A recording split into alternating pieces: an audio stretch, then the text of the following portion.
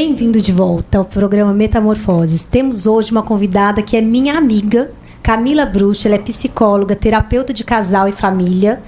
Ela tem MBA em gestão de pessoas, especializada em psicossomática, pós-graduação em espiritualidade, estudo de consciência e fundadora do Instituto Bruch. Que linda, adoro! Seja bem-vinda, Camila! Obrigada, amiga. Obrigada. Seja bem-vinda, Camila. Obrigada pela sua presença. Uma honra estar com você sempre. Muito bom, querida. E aí? Camila, me conta uma coisa. O Instituto Bruch, você lançou ele já tem alguns anos, né? 1 ano e meio. 1 ano e meio. E a gente sabe que você transita entre vários assuntos. Lá a gente fala sobre ego, fala sobre sombra, arquétipos, consciência. Como que você integra tudo isso no seu instituto? Bom, assim, acho que é importante contextualizar que o Instituto, ele veio para mim como uma inspiração, né? Eu 25 anos de consultório, vivendo de clínica. A clínica é um lugar muito solitário. E aí, naquele momento ali, pós-pandemia, quando as pessoas estavam voltando a se encontrar, eu entendi que eu precisava criar um espaço de encontro, um espaço de conexão, onde as pessoas pudessem se relacionar, estarem juntas, pessoas que têm o mesmo objetivo de evolução, de crescimento, né, que gostam de psicologia. E aí, quando ficou pronto, eu olhei e disse, meu Deus do céu, o que eu vou fazer agora com isso aqui, gente? Porque eu não tinha um plano. E aí eu pensei, bom, eu tenho uma bagagem de conhecimento muito grande, e então eu vou dar alguns cursos, workshops sobre temas variados de psicologia. Então o ego e a sombra foi um dos cursos, tivemos cursos sobre arquétipos, sobre níveis de consciência. E aí foi dando muito certo, assim, né? E aí, e até porque a psicologia hoje, digamos, sei lá, de 20 anos para cá, ela já não é mais vista como uma ferramenta para curar doenças, né? A psicologia deixou de ser curar transtornos para ser um espaço de autoconhecimento, de autocuidado, né, de melhora de qualidade de vida, de relacionamentos. Então ela é um lugar muito potente. E aí eu fui trazendo, né, esses elementos todos da psicologia para esse espaço, e foi dando muito certo, assim, né, e o pessoal foi gostando muito e participando muito. Legal. E a maioria das pessoas que frequentam são seus pacientes ou não? Olha, tem psicólogos, né, que frequentam, verdade. Eu conheço uns 4 psicólogos que participam, né? Que legal, porque também para eles é um ótimo bate-papo, né? Sim. Ali eu participei de algumas vezes, né, dos cursos da Camila, e realmente é algo que, assim, esse encontro faz a gente se encontrar, porque a gente tem a liberdade de falar um pouco, de ouvir a Camila falando também, porque sempre tem uma explanação maravilhosa. Nossa, eu fico muito contente. Você vê o nível também, né, de terem psicólogas, e o bate-papo é super rico. Eu amei, assim, eu quero voltar. Tá sempre aberto as portas para ti lá, Paty, tu sabe disso, Iglesias também. Quero ver você. Tu não foi lá ainda, né, Iglesias? Não fui ainda, mas eu vou, gente. Aqui você fala sobre ego, sombra, arquétipo, consciência, né? E tudo isso você dá. São cursos, são módulos, isso é separado, é tudo junto? Como é que são? Dia, são 3? Na verdade, assim, né? Como eu não tinha um plano, então eu fui trabalhando dentro das minhas possibilidades de horário, porque eu não abandonei o consultório, então eu sigo atendendo todos os dias na clínica, e aí eu uso os finais de semana para esses encontros no Instituto. Geralmente é um sábado por mês, às vezes são 2 sábados por mês, que por enquanto é o que eu estou conseguindo administrar junto com a minha outra agenda que segue, né? Mas tem sido assim, né? Eu acho que o Instituto ele tem 1 ano e meio, então assim, ele ainda está em construção. Está em processo. Né? Ele está em processo de. Ainda bem que ele não chama Metamorfoses, né?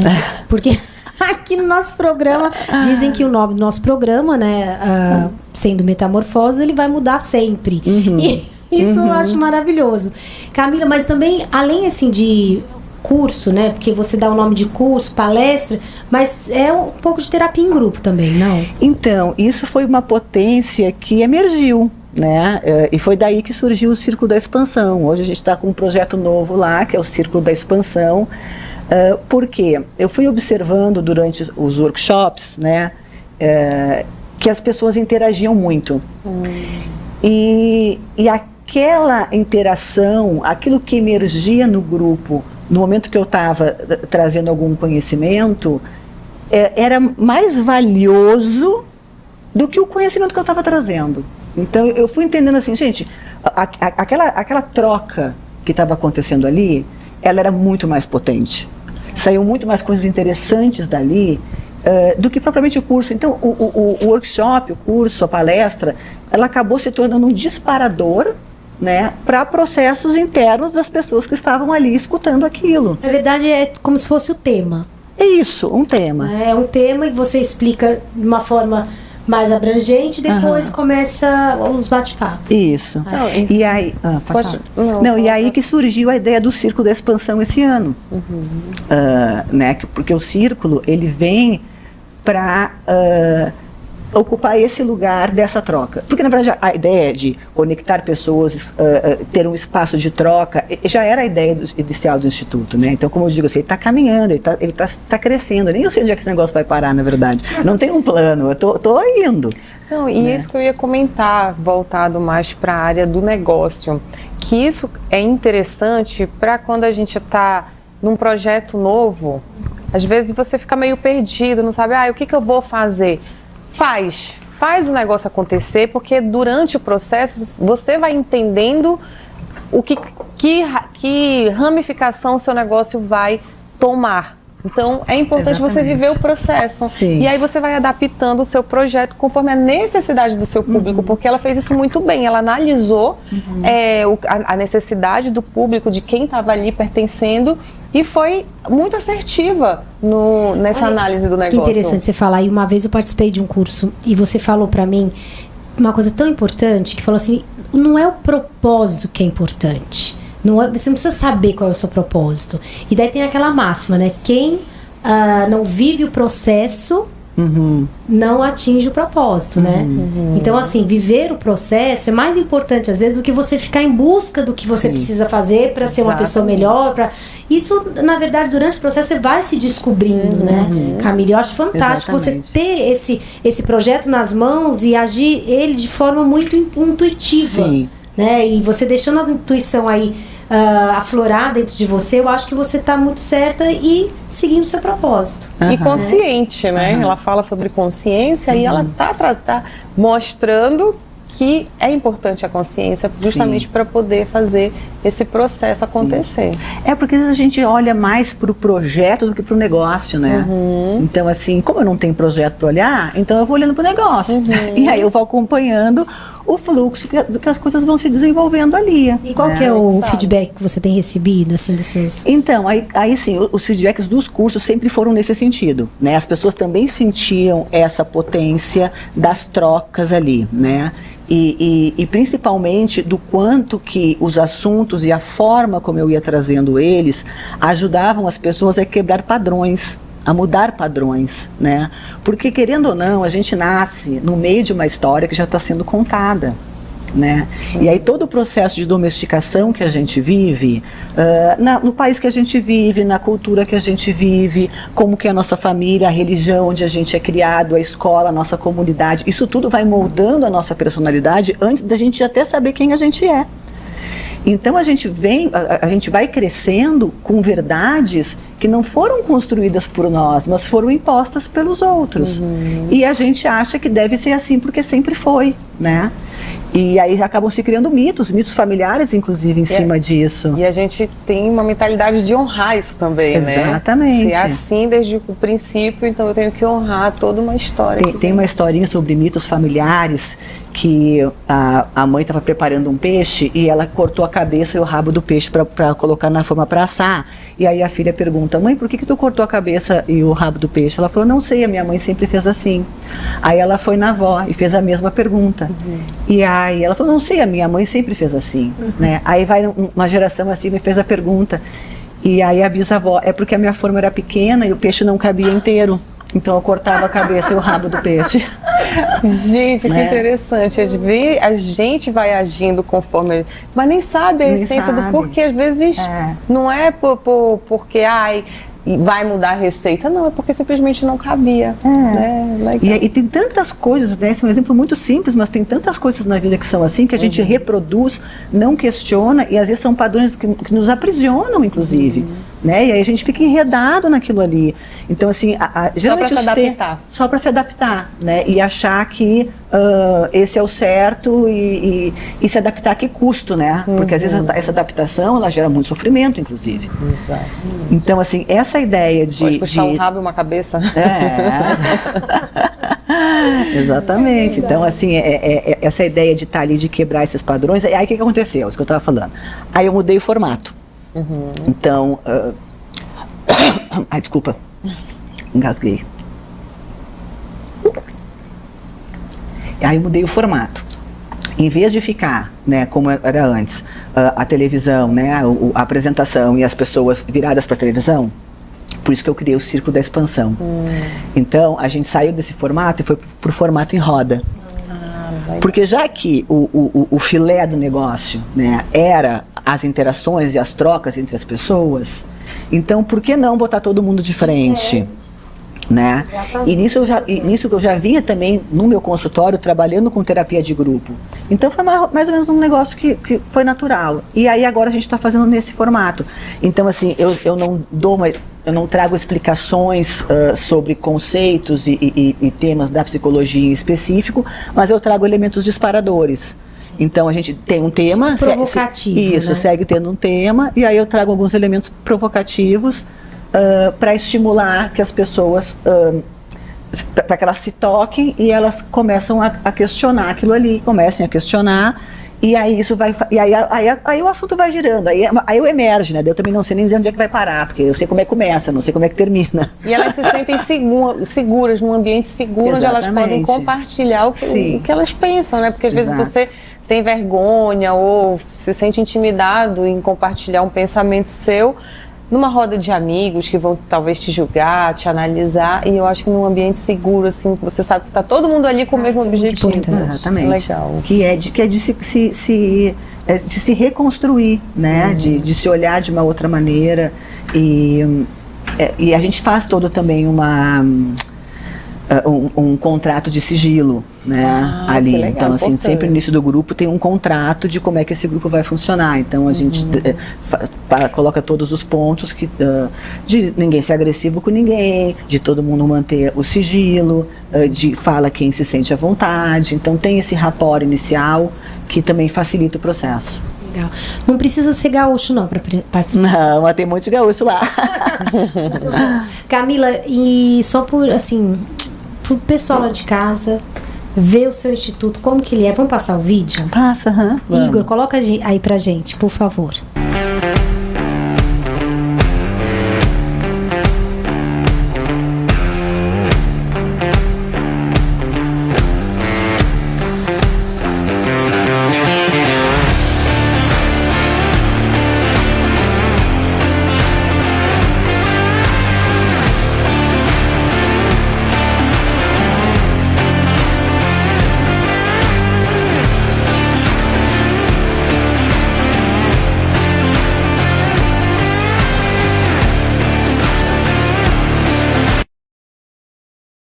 Muito aconchegante, assim, é um ambiente familiar, amigável. Adorei ter participado, eu vou voltar. Camila, vamos lá, vamos perguntar sobre a sua formação, né, que é em terapia de casal e família. E como está sendo essa transição desse trabalho em grupo, no sentido assim, as pessoas ainda estão consultando individualmente e é necessário que continue? Qual que você acha, assim, o impacto pessoal? É mais no grupo, é mais no individual ou na terapia em grupo? Que agora são 3 vertentes, não seriam? Sim. Então, eu vou te dizer que a terapia em grupo é mais potente que a individual. É mesmo? Eu sigo atendendo individual, né? Sempre vou atender individual, eu gosto. Mas eu sou terapeuta de família, então assim, só para tu entender. Quando a gente atende uma pessoa individual e ela vai trabalhar o relacionamento dela com um familiar, vamos supor, né? Às vezes eu levo 2, 3, 4, 5 meses para resolver alguma questão, utilizando somente o que ela me traz individualmente no consultório.